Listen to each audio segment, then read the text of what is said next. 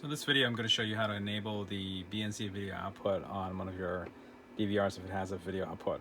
If it has both HDMI and VGA and a BNC, here's how you need to enable the BNC. Go under System, then go to Video Matrix, and you need to enable it, and then hit Apply. This will enable different kinds of views. You have choices of different window splits. By default, these might all be checked. So let's say you only want one camera, or a few cameras, let's say, rather, being displayed in a switched view in full screen mode. You want to make sure go to view 4 and 9 and 16, and they're all unchecked.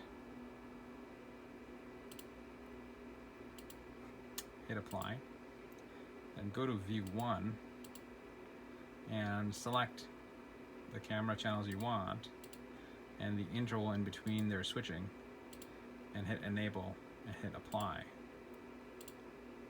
And that will allow you to get that camera or group of cameras appearing every few seconds. For my demonstration, I only have one camera, so I'm going to go back to System and only show one camera being output in view 1 mode. And then I'm going to switch my monitor